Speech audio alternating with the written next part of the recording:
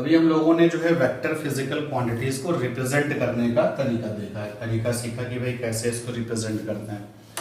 Geometrical वाले representation में हमने एक लाइन सेगमेंट बनाया था with arrow sign.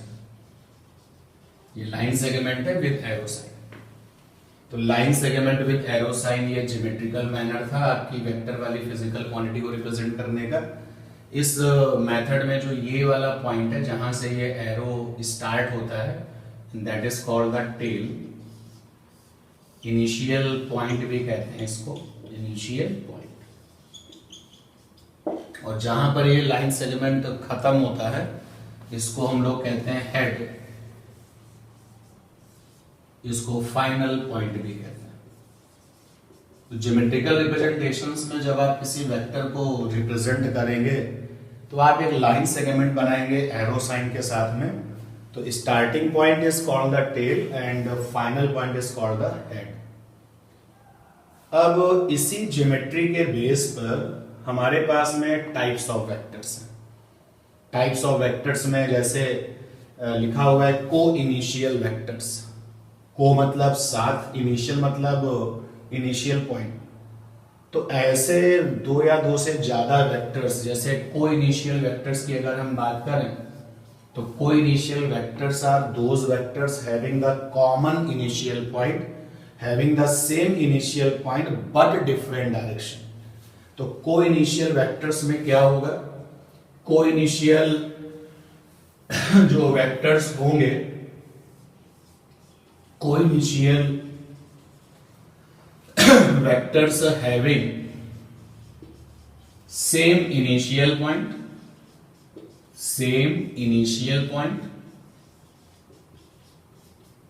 but different direction,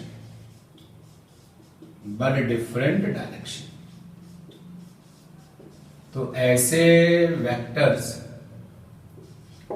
जिनका इनिशियल पॉइंट सेम है लेकिन डायरेक्शन डिफरेंट है, these are called the coplanar vectors. जैसे सपोज कर लेते हैं कि एक ज्योमेट्रिकल रिप्रेजेंटेशन वेक्टर का ये है, एक ज्योमेट्रिकल रिप्रेजेंटेशन किसी दूसरे वेक्टर का ये है, और एक ज्योमेट्रिकल रिप्रेजेंटेशन किसी वेक्टर का सपोज कर लेते हैं ये है, ये।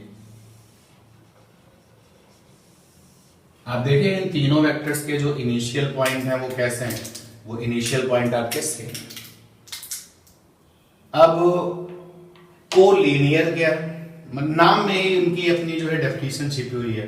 को मतलब साथ, लीनियर मतलब लाइन। तो ऐसे वेक्टर्स जिनका एक ही लाइन में ज्योमेट्री उनकी फिट हो गई है। भाई मैंने एक रेफरेंस लाइन बना ली है कि ये रेफरेंस लाइन है, और हमने देखा कि भाई इस रेफरेंस लाइन को फॉलो करता हुआ एक ये वेक्टर है, ये वेक्टर। इसी रेफरेंस लाइन को फॉलो करता हुआ एक वेक्टर ये है, ये है एक वेक्टर। इसी रेफरेंस लाइन को फॉलो करता हुआ एक वेक्टर और है, ये। तो ये सारे के सारे वेक्टर जो हैं वो आपके कोलिनियर है।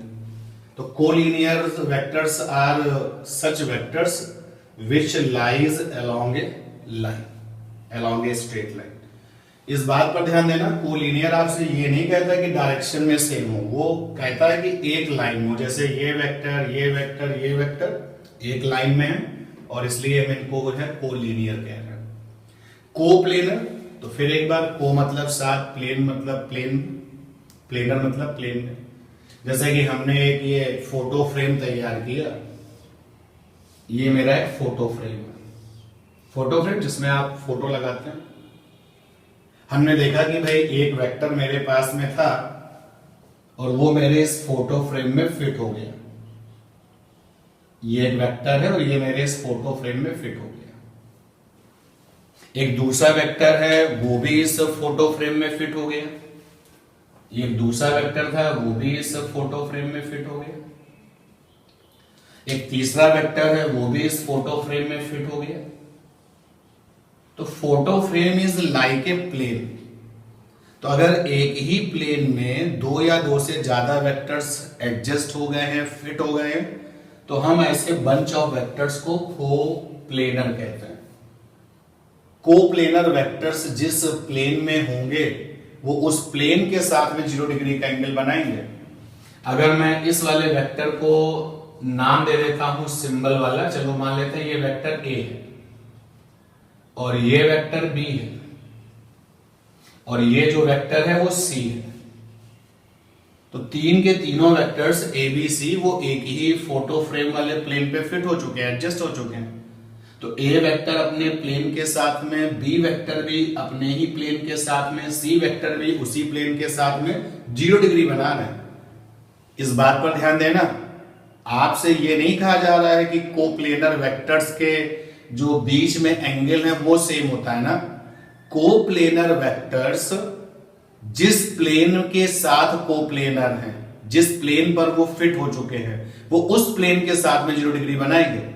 मैं अगर आपसे पूछूं कि ए वेक्टर ने अपने प्लेन के साथ में कितना एंगल बनाया है तो 0, बी वाले वेक्टर ने भी प्लेन के साथ कितना बनाया है 0, सी वाले वेक्टर ने कितना बनाया 0, बट ए और बी इनके बीच में क्या एंगल है आप देख सकते हैं, अलग है, ए और बी, ए और सी।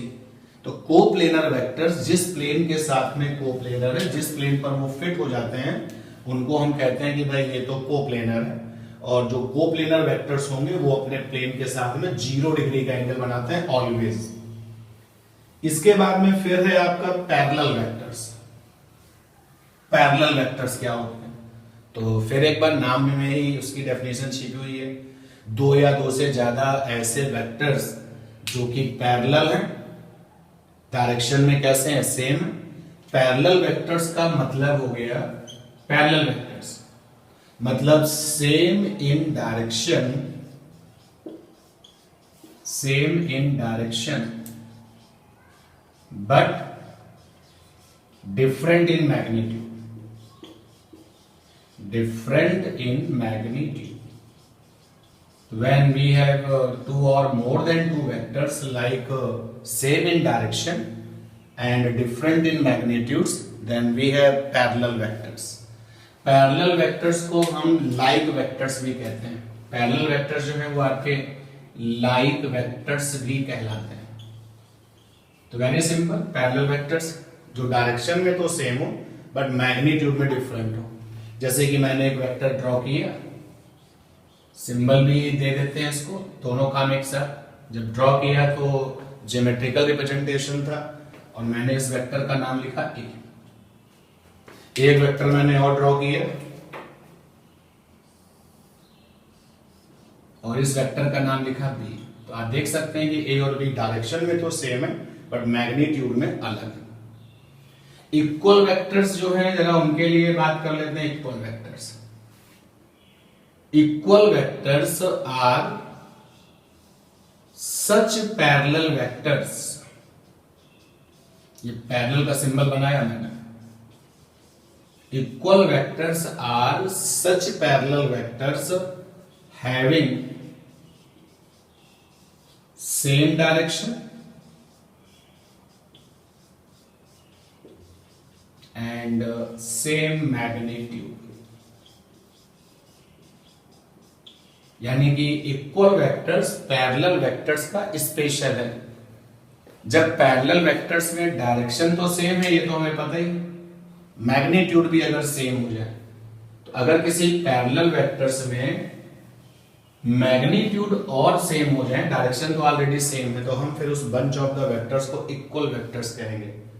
एंटी पैरेलल, पैरेलल वेक्टर्स का जस्ट रिवर्स, कि एंटी पैरेलल वेक्टर डायरेक्शन में अपोजिट होते हैं और एंटी पैरेलल वेक्टर्स जो हैं वो पैरेलल वेक्टर्स के एंटी होते हैं। तो आप ऐसे भी लिख सकते हैं कि पैरेलल वेक्टर्स का जो अपोजिट है वो एंटी पैरेलल वेक्टर्स कहलाएगा।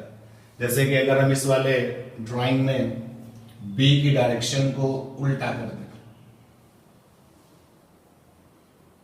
तो अब हमारे लिए ए वेक्टर और बी वेक्टर एंटी पैरेलल है। नेगेटिव वेक्टर्स क्या होता है?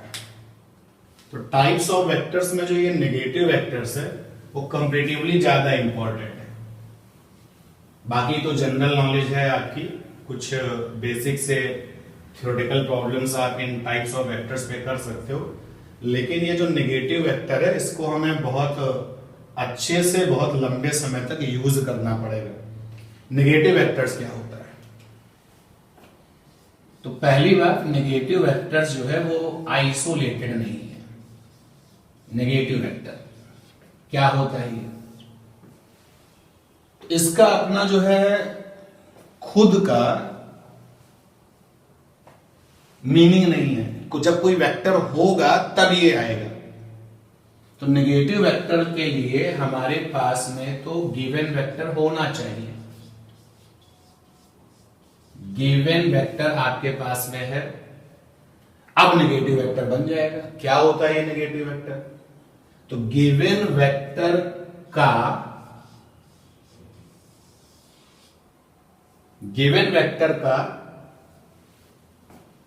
Opposite directed vector with same magnitude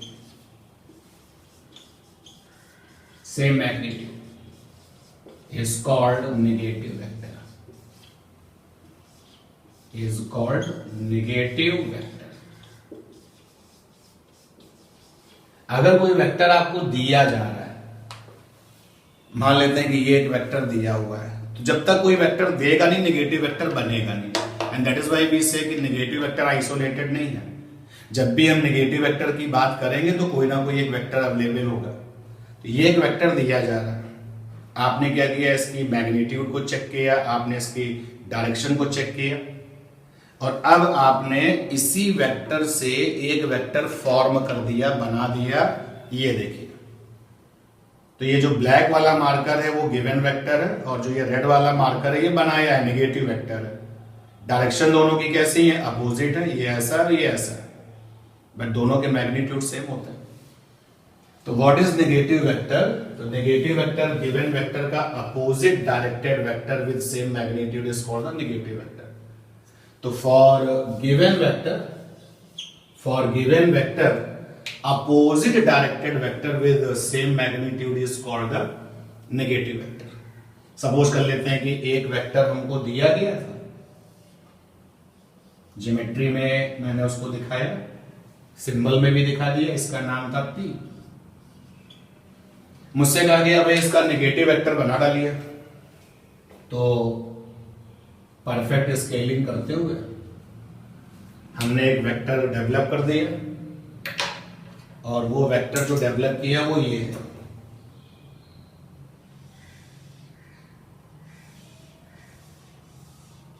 ये मैंने डेवलप किया वेक्टर ब्लू से।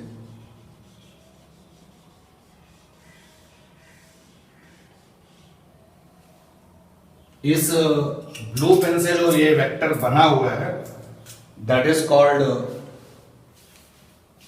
Negative vector of P। भाई P वेक्टर का जो ये वेक्टर बनाया गया है ये है नेगेटिव वेक्टर। रिप्रेजेंट कैसे करेंगे? सिंबल में -P, माइनस का P। तो जब भी कोई वेक्टर देगा तभी नेगेटिव वेक्टर की बात होगी, अदरवाइज नेगेटिव वेक्टर पॉसिबल नहीं। तो सबसे पहली बात, नेगेटिव वेक्टर आइसोलेटेड नहीं होता। जब भी ये होगा इसका एक साथी जरूर होगा जिससे इसको बनाया गया है, और हमें केवल दो चीजों का ध्यान रखना है। पहला, ये मैग्नीट्यूड में तो उसी गिवन वेक्टर के सेम होगा, और दूसरा डायरेक्शन में अपोजिट होगा। डायरेक्शन में ही अपोजिट होगा।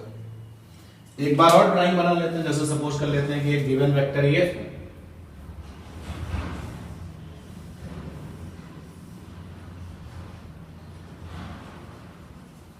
ए, मुझे इसका नेगेटिव वेक्टर तैयार करना है। परफेक्ट स्केलिंग किया, ये लीजिए। ये जो ब्लैक पेन से बना हुआ वेक्टर है वो ब्लू गिवन वेक्टर के जस्ट अपोजिट डायरेक्शन में और मैग्नीट्यूड में सेम है, and that is why this is the negative vector. और लिखने का तरीका है गिवन वेक्टर के भी एक सिंबल पे ही माइनस लगा दीजिए। अगर गिवन वेक्टर का सिंबल p है तो negative of p is it's negative vector, और अगर गिवन वेक्टर का सिंबल a है तो negative of this symbol is called its negative vector.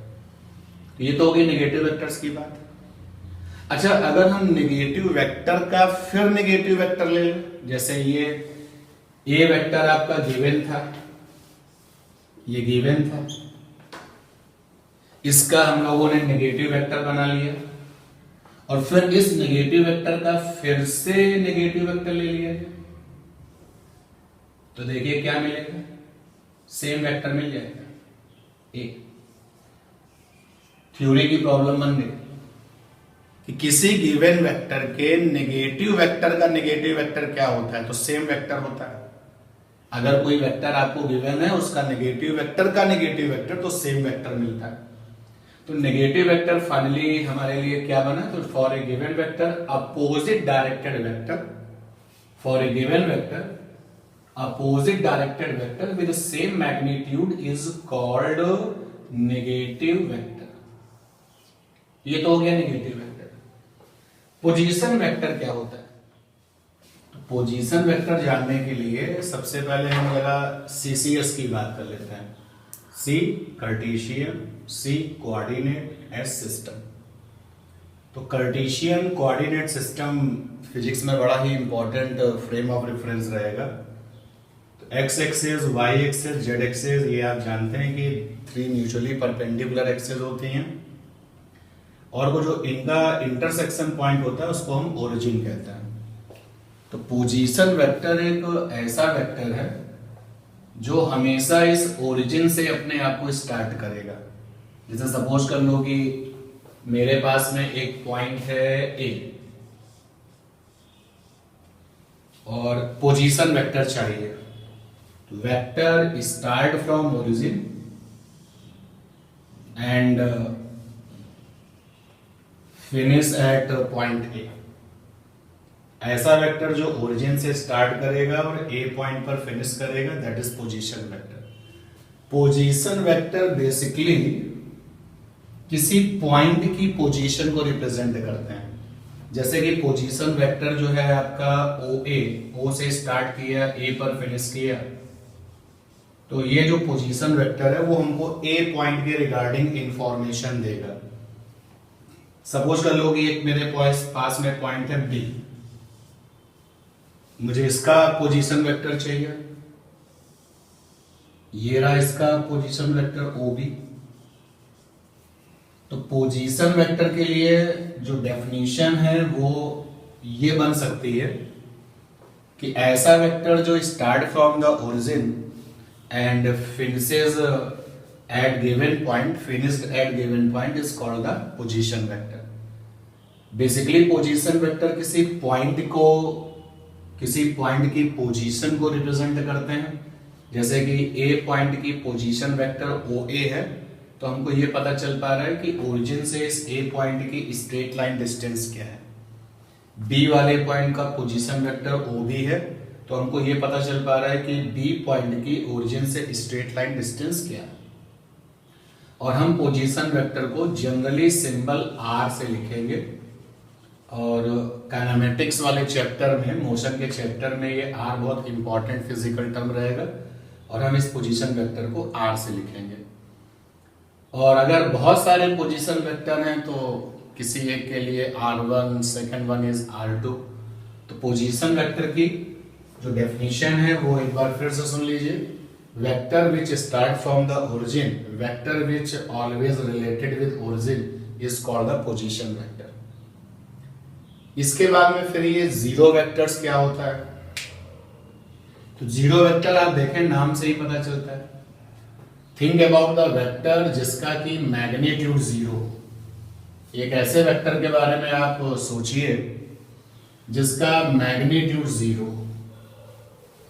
तो जीरो वेक्टर की जो डेफिनेशन है वो यही हो जाएगी, vector which having zero magnitude, vector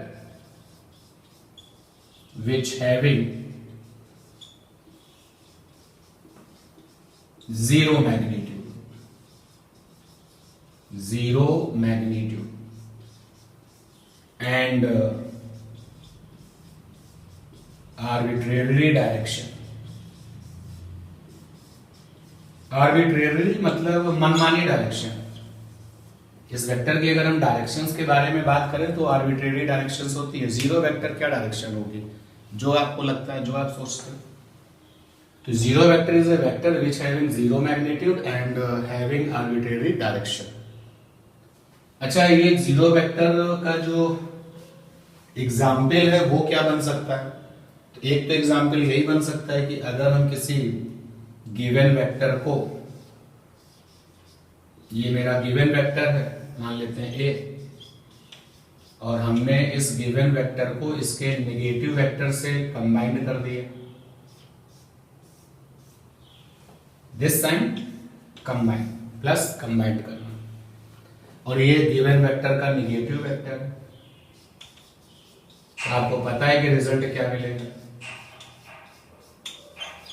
आपको पता है कि इसका जो रिजल्ट है वो हमको जीरो वेक्टर मिलेगा। तो जीरो वेक्टर बड़ा ही इंपॉर्टेंट वेक्टर है, ऐसा वेक्टर जिसका कि जीरो मैग्नीट्यूड होता है एंड आर्बिट्रेरी डायरेक्शन होती है। आर्बिट्रेरी मतलब मनमानी।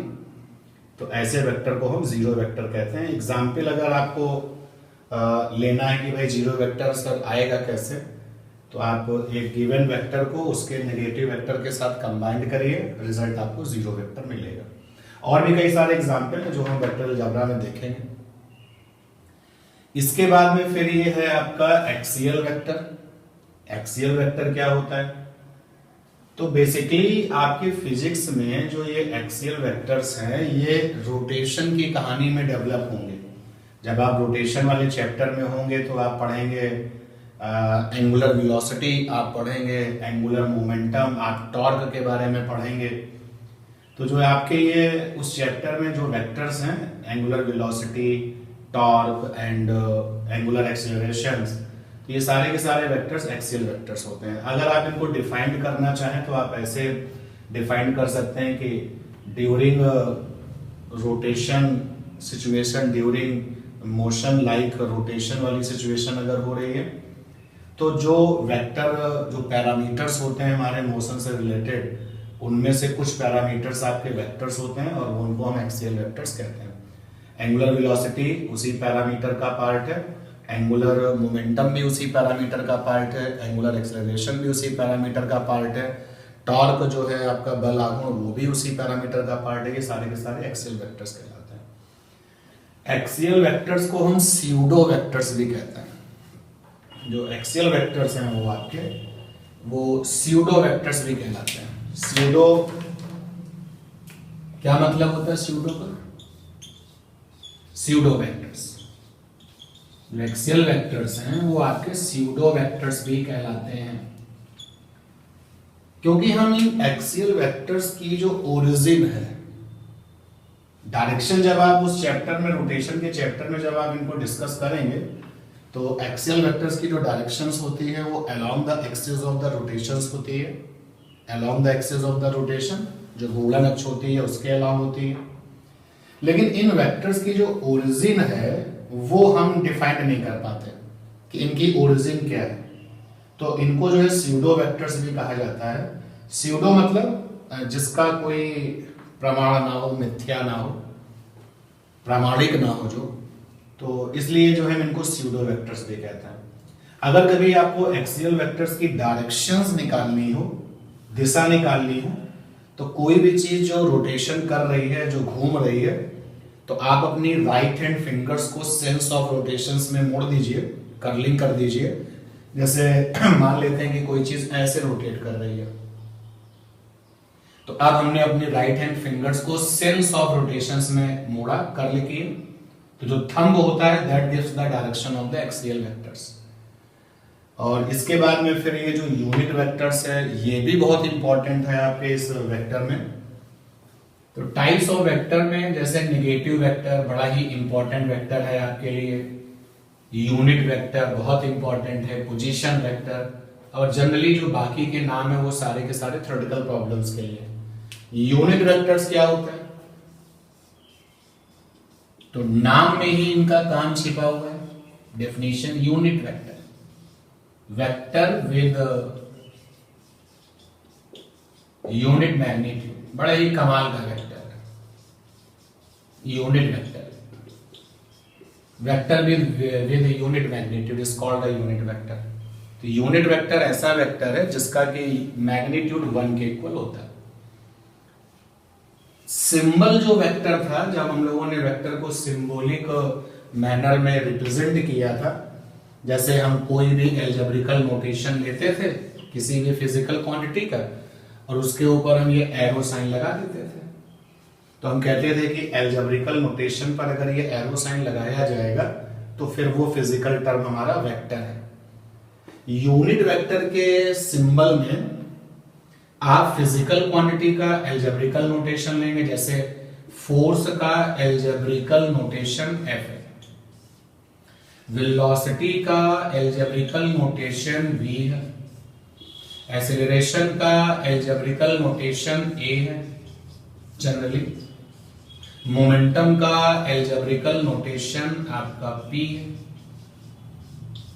तो अब ये वेक्टर है, all are the vector, all terms are the vector physical quantities. तो अगर ये सिंबल में हमको लिखने हैं तो हम इसके ऊपर ये एरो लगा देंगे, ये क्राउन जो था एरो वाला ताज पहना देंगे।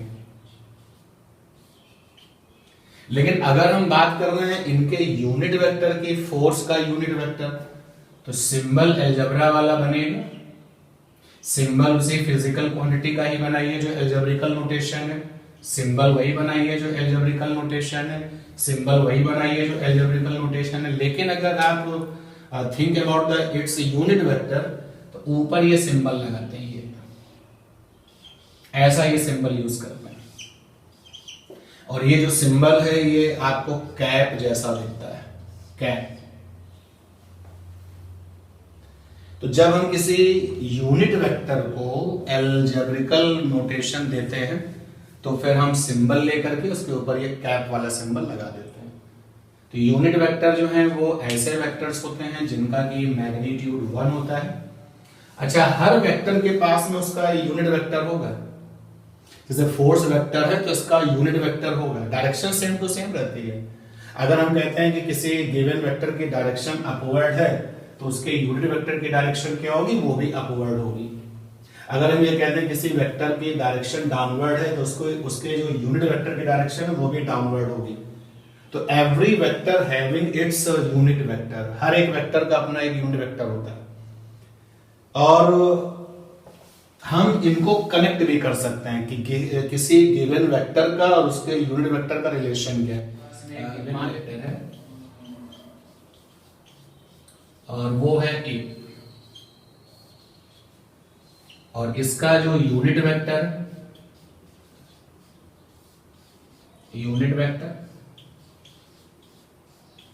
सपोज कर लेते हैं वो A है। अब आप देखो और ये इस बात को थोड़ा सा सोचो कि इनमें रिलेशनशिप बनानी है, तो क्या हम ऐसा लिख सकते हैं कि A vector is equal to sum of its all unit vectors parts. लिख सकते हैं ऐसा, लिख सकते हैं, बिल्कुल लिख सकते हैं भाई। इस सपोज कर लेते हैं इस वेक्टर की लेंथ 5 यूनिट है।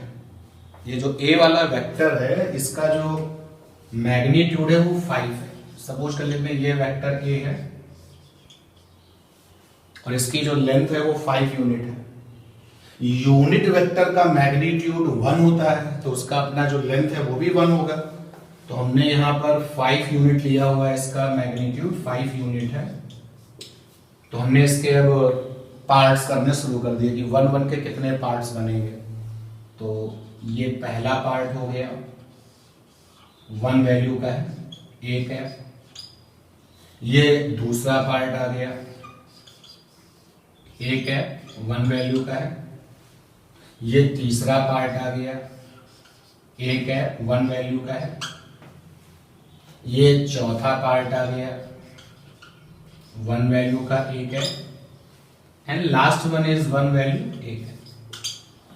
तो तो अगर ये A cap A cap A cap ये जो 5 पार्ट्स हैं इनको वापस हम सम कर दें तो आप देख सकते हैं कि आपको वेक्टर ए फिर से मिल जाएगा। यानी लिख सकते हो ए वेक्टर लिया और उसको बताया कि भाई उसकी जो लेंथ है उसका जो मॉड्यूलस है मैग्नीट्यूड है वो 5 है। और यूनिट वेक्टर डेफिनेशन कहता है कि भाई हम तो 1 मैग्नीट्यूड के होते हैं, तो गिवन वेक्टर ए का मैग्नीट्यूड 5 है। इससे हमें यूनिट वेक्टर्स को इससे यूनिट वेक्टर ब्रेक करने, तो 1 1 1 वैल्यू के हमारे पास में 5 पार्ट्स हो गए। अगर हम वेक्टर ए को लिखना चाहें तो लिख सकते हैं A vector is equal to A cap plus A cap plus A cap 1 2 3 कितने पार्ट्स थे 5 थे, ये आ गया। यानी लिख सकता हूं vector A is equal to 5 A cap, vector A is equal to 5 A cap. ध्यान से देखिए आप, ये क्या है, this is the given vector, कोई भी हो सकता है। हमने अपने एग्जाम्पल में वेक्टर ए माना था। ये क्या है 5, तो ये तो है modulus of given vector, that is modulus यानी कि magnitude mod of given vector, given vector. और वो ए कैप क्या है, जबरदस्त unit vector of given vector, unit vector of given vector. लीजिए पर्पस सॉल्व हो चुका है। हम बात कर रहे थे कि यूनिट वेक्टर ऐसा वेक्टर है जिसका कि मैग्नीट्यूड 1 है, और हमने ये भी कहा कि हर वेक्टर के पास में यूनिट वेक्टर होता है। यूनिट वेक्टर के रेफरेंस में हम किसी भी वेक्टर को बना सकते हैं और किसी भी बने बनाए वेक्टर से हम यूनिट वेक्टर निकाल सकते हैं। फिर क्वेश्चन ये था कि क्या किसी वेक्टर गिवन वेक्टर का और उसके यूनिट वेक्टर का क्या कोई रिलेशनशिप होता है। तो हमने एक एग्जांपल लिया वेक्टर ए, उसका अपना मैग्नीट्यूड लिया 5, और जब हमने लॉजिकली मैथमेटिकली वे में जब हमने इनको रिलेशनशिप में कन्वर्ट किया तो देखिए रिजल्ट आ चुका है, given vector is equal to, finally given vector is equal to vector का मॉडुलस। बता चुका हूं आपको कि मॉडुलस कैसे लिखते हैं, ऐसे ये पैरेलल लाइंस बनाते हैं और यहां पे symbol of vector, symbol of vector, और यहां पर क्या आया है यूनिट वेक्टर, यूनिट वेक्टर। इसका मतलब ये हो गया कि अगर हम किसी वेक्टर के मैग्नीट्यूड में उसके यूनिट वेक्टर से मल्टीप्लाई कर दें तो हमको वेक्टर मिल जाएगा। ये जो लिखा गया है ये मॉडुलस है ना वेक्टर का, इसको पढ़ते तो मॉडुलस ही है ना, मॉडुलस ऑफ वेक्टर या मैग्नीट्यूड ऑफ वेक्टर। तो अगर हम मॉडुलस ऑफ वेक्टर में उसके यूनिट वेक्टर से मल्टीप्लाई करें तो हमको ये वेक्टर मिल जाएगा। जैसे एग्जांपल लेते हैं, सपोज कर लेते हैं कि एक वेक्टर है फोर्स। हमने कहा फोर्स वेक्टर का जो मैग्नीट्यूड है वो 60 है, 60 यूनिट है, और फोर्स वेक्टर का जो यूनिट वेक्टर है सपोज कर लेते हैं वो एफ कैप है। तो बताइए भाई फोर्स वेक्टर कैसे लिखेंगे, तो हम लिखेंगे force vector is equal to, vector is equal to modulus of vector that is 60 and unit vector and that is F cap. तो किसी भी वेक्टर के मॉडुलस में मैग्नीट्यूड में अगर हम उसके यूनिट वेक्टर को मल्टीप्लाई कर दें तो हमको एक वेक्टर तैयार होकर के मिलेगा, हमारे पास में एक वेक्टर मैथमेटिकल फॉर्म में मिल जाएगा। अब एक बड़ा ही इंपॉर्टेंट कॉन्सेप्ट है कि भाई जो वेक्टर्स होते हैं वो तो मैग्नीट्यूड भी देते हैं, वो डायरेक्शन भी देते हैं। ये हम जानते हैं कि vectors having the magnitude and as well as direction. ये जो यूनिट वेक्टर हैं वो क्या रिप्रेजेंट करते हैं, यानी क्वेश्चन आ गया कि यूनिट वेक्टर हमें क्या बताते हैं। यूनिट वेक्टर गिव्स तो एक ऑप्शन है, सपोज कर लेते हैं कि वो मैग्नीट्यूड की इंफॉर्मेशन देते हैं, मैग्नीट्यूड बताते हैं। दूसरा है ऑप्शन कि वो केवल और केवल डायरेक्शन को बताते हैं, डायरेक्शन ओनली। तीसरा आया कि वो दोनों बताते हैं, बोथ मैग्नीट्यूड एंड डायरेक्शन, ये दोनों बताते हैं। क्या सही होगा आंसर? तो आंसर है कि जो यूनिट वेक्टर है वो केवल और केवल डायरेक्शन को बताते हैं, दिशा को बताते हैं। तो आप कहेंगे कि सर ये तो बड़ी अजीब सी बात है, डेफिनेशन में तो आप बता रहे थे कि unit vectors are the such vectors which gives one magnitude which having one magnitude. ऐसे वेक्टर्स जिनके पास में वन मैग्नीट्यूड होता है, यूनिट वैल्यू ऑफ मैग्नीट्यूड होती है, उसको यूनिट वेक्टर कहते हैं। बेसिकली जो यूनिट वेक्टर्स हैं वो केवल और केवल डायरेक्शन बताते हैं। देखते हैं कैसे एक्सप्लेन करते हैं इस बात को। तो ये रिजल्ट मिला है हमारे पास, यहां से हमको क्या मिलेगा? Unit vector is equal to given vector और नीचे आएगा मॉडुलस ऑफ वेक्टर या मैग्नीट्यूड ऑफ वेक्टर। अब ध्यान से अगर रिजल्ट को देखें तो ऊपर है गिवन वेक्टर, तो गिवन वेक्टर के पास में क्या होता है? मैग्नीट्यूड होता है, मॉडुलस होता है, और क्या होती है? डायरेक्शन होती है। जानते हैं आप, डायरेक्शन होती है। तो ऊपर वाला जो वेक्टर है, ऊपर वाला जो फिजिकल टर्म है, उसके पास मैग्नीट्यूड और डायरेक्शन दोनों चीजें हैं। और यहां क्या लिखा हुआ है? Modulus of vector. Modulus of vector मतलब मैग्नीट्यूड। क्या हुआ? मैग्नीट्यूड से मैग्नीट्यूड कैंसिल हो गया, क्या बचा? डायरेक्शन बचा। तो यूनिट वेक्टर जो है basically represent the direction only. उनकी अपनी डेफिनेशन में ही छिपा हुआ है ना यूनिट, तो सेंस है कि भाई वो तो वन वैल्यू के होंगे, ये मैटर नहीं उतना कि वन वैल्यू के हैं, वो बेसिकली डायरेक्शन को रिप्रेजेंट करते हैं। तो क्वेश्चन अगर आता है कि यूनिट वेक्टर्स क्या बताते हैं, तो आंसर होगा direction only, and that is why इस प्रॉब्लम का जो ऑप्शन नंबर सेकंड है वो सही होगा। हमारे अपने एक्सपर्ट्स ने जब यूनिट वेक्टर्स की बातचीत की तो उन्होंने कहा कि अच्छा भाई ये तो डायरेक्शन को रिप्रेजेंट करते हैं, इनका काम होता है डायरेक्शन बताना। तो कुछ यूनिट वेक्टर उन्होंने सिंबल में डिसाइड कर दिए, जैसे कि एक यूनिट वेक्टर है आई कैप, एक यूनिट वेक्टर है आपका जे कैप, और एक है ये आपका के कैप। तो आई कैप क्या है? यूनिट वेक्टर है along the direction x axis, along the direction plus x axis. यानी आज के बाद अगर आपको डायरेक्शन में बात करनी है अलोंग द प्लस वाली एक्स एक्सिस, तो आप उसके लिए सिंबल यूनिट वेक्टर का आई कैप इंट्रोड्यूस करोगे। नेगेटिव एक्स एक्सिस अगर है तो नेगेटिव एक्स एक्सिस के लिए माइनस आई कैप।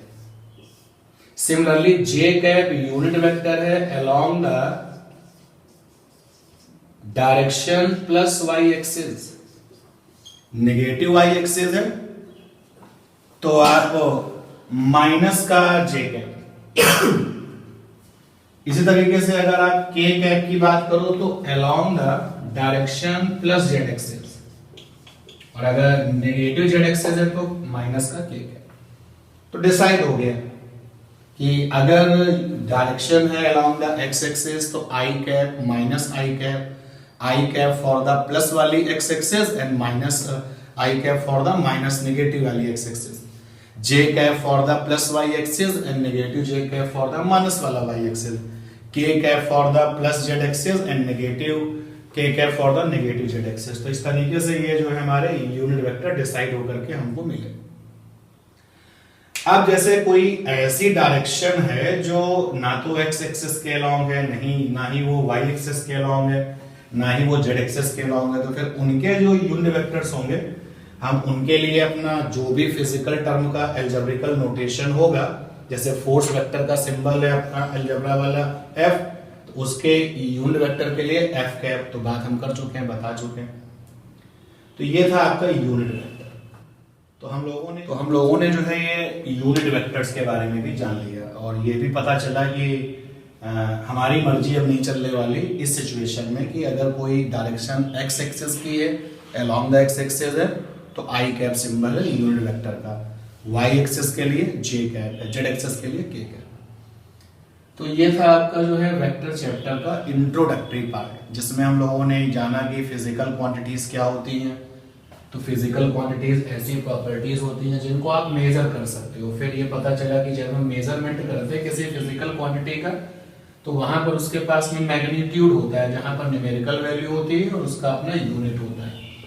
कभी कभी यूनिट की पावर 0 होती है किसी किसी फिजिकल टर्म के लिए। फिर हमने बात की कि अगर ऐसी फिजिकल क्वांटिटीज मिल जाए जहां पर मैग्नीट्यूड तो हो और साथ में डायरेक्शंस हो, तो फिर उनको हमने वेक्टर फिजिकल क्वांटिटीज नाम दिया।